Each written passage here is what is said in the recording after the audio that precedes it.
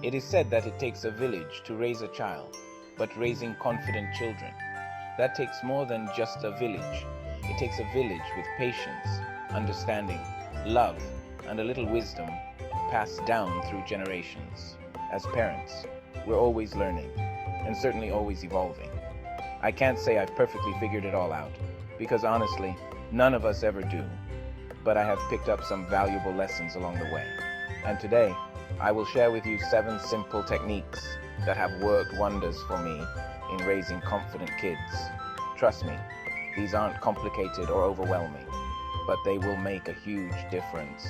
And because I believe in rewarding persistence and patience, I'm going to share a bonus tip at the end of this video, one that has truly revolutionized the way I approach parenting. So stick around. Let's make this time worthwhile. Also, know that learning to become a better parent is a path to personal growth. Because as you guide your children, you're simultaneously teaching yourself. By modeling good behavior, patience, and empathy, you reinforce these values in your own life. You begin to prompt self-reflection, helping you reassess your own habits to align with the values you teach. This process strengthens our emotional intelligence and fosters personal development.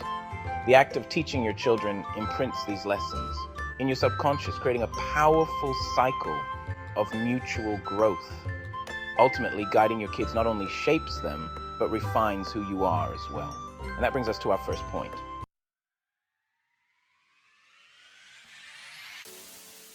Technique number 1. Encourage effort, not just results. I had to learn this the hard way. As parents, encourage their effort and not just results. I can remember the first time my child brought home a drawing from preschool. I said, "Wow, you're such a good artist." And it seemed like the right thing to say, right? But over time, I noticed something. Anytime they didn't get something just right, they'd get upset. It was like their confidence was tied to being perfect rather than the effort they were putting in. This is where Carol Dweck's research in her book Mindset was a game changer for me. Dweck found that kids praised for being smart often develop a fear of failure. They think if they aren't instantly good at something, it means they aren't good at all. On the other hand, kids praised for their effort tend to embrace challenges because they've learned that persistence is what matters. It's simple. Instead of saying, "You're so smart," we say, "You worked really hard on that." This shifts their focus from perfection to growth. Like the philosopher Aristotle once said, "We are what we repeatedly do." Excellence then is not an act, but a habit. And trust me, confidence comes from building those habits of effort over and over.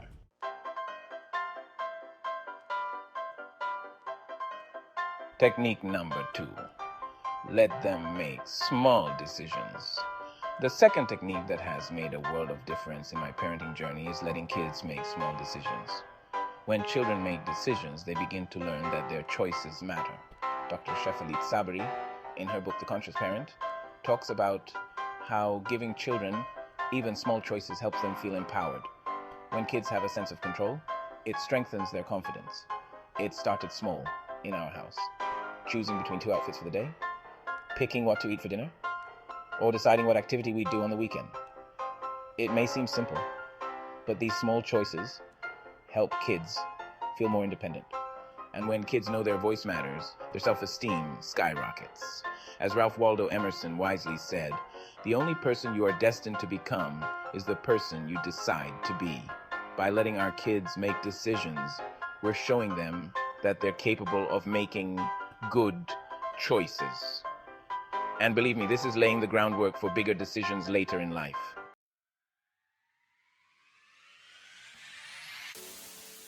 Technique number 3. Teach problem solving. One of the hardest things for me to do as a parent was to step back and let my kids struggle. It's so tempting to rush in and fix everything for them, right? But when we do that, we're sending the message that they can't handle it. In raising an emotionally intelligent child, John Gottman talks about how guiding our kids to solve problems on their own builds both emotional resilience and self-confidence. It's hard to watch them struggle, But here's what I learned: when we guide them through the problem-solving process rather than giving them the solution, they start to believe they can handle it. And that belief that I can figure this out is what builds real confidence.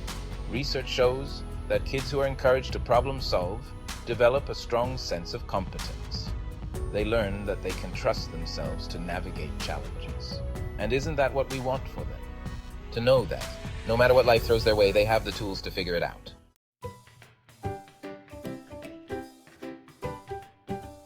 Technique number 4, model confidence. Now, this next technique might surprise you. It certainly surprised me when I first realized how powerful it is. Modeling confidence. Our kids watch us all the time, even when we don't realize it. Brené Brown, in her book Daring Greatly, explains how children absorb the way we handle challenges, setbacks, and successes. If they see us face difficulties with resilience, they'll learn to do the same. I started making a point to talk through my own challenges in front of my kids. If I was feeling anxious about something, I'd say, I'm a little nervous about this, but I'm prepared, and I'll give it my best. It wasn't about pretending to be fearless. It was about showing them that confidence means taking action even when things feel uncertain. Like the great Maya Angelou once said, courage is the most important of all the virtues, because without courage, you can't practice any other virtue consistently. And that's what we want to teach our kids, not to avoid fear, but to move forward in spite of it.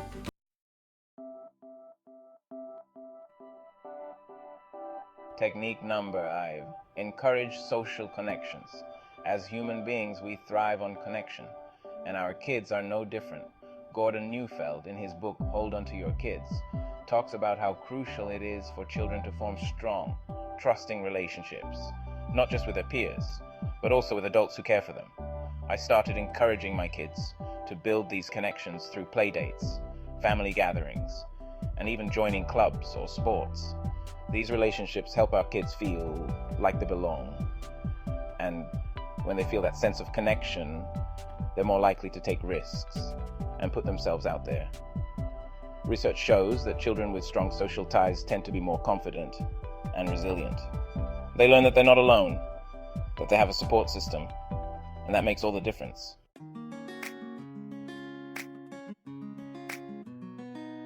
Technique number 6, encourage risk-taking and embrace failure. Here's something that might feel a little uncomfortable at first, but it's absolutely essential. Encourage your kids to take risks and embrace failure. Now, I'm not talking about dangerous risks, of course. I'm talking about allowing them to try new things, even when the outcome is uncertain. This could mean signing up for a sport they've never played before, attempting a challenging school project, or even speaking up in class when they're unsure of the answer. There's a lot of wisdom in the old saying, nothing ventured, nothing gained. Kids who take risks, experience failure, and then get up to try again, build real resilience. Dr. Carol Dweck, in her research on the growth mindset, shows that children who are allowed to fail and who are supported in trying again tend to develop a deep sense of confidence. Why? Because they learn that failure isn't the end. It's just a step on the path to success. Here's the important part.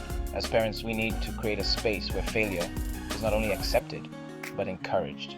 When kids know that mistakes are part of the learning process, they start to see failure not as something to fear, but as an opportunity to grow. Remember the words of inventor Thomas Edison, "I have not failed. I've just found 10,000 ways that won't work." It's that willingness to try, fail, and try again that builds true confidence.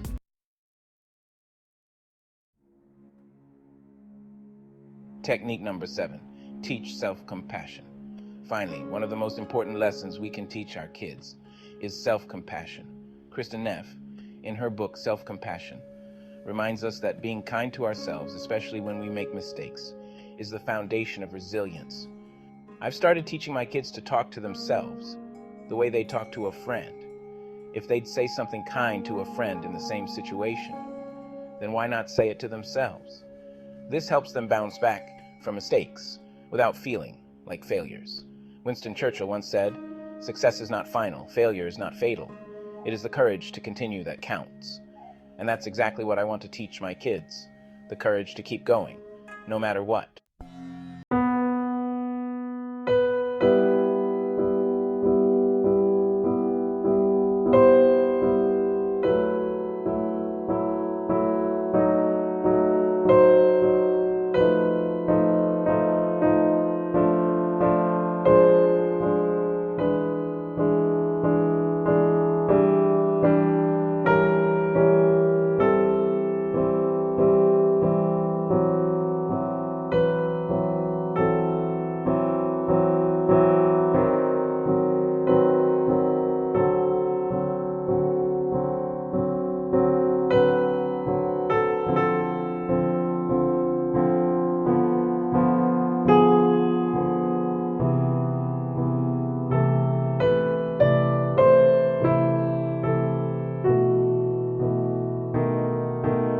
When practiced regularly, builds resilience and optimism. As Cicero said, gratitude is not only the greatest of virtues, but the parent of all others. And that's the kind of virtue that can change not only how our children view themselves, but how they approach the world.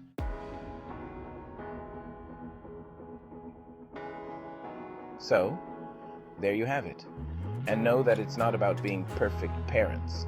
It's about guiding our children with love, patience, and wisdom, and teaching them to see the beauty in both effort and gratitude. Thank you for watching. And remember, confidence isn't something we can hand to our kids, but it's something we can help them build, step by step. If you found this helpful, don't forget to subscribe for more insights on how to raise happy, resilient, and confident children.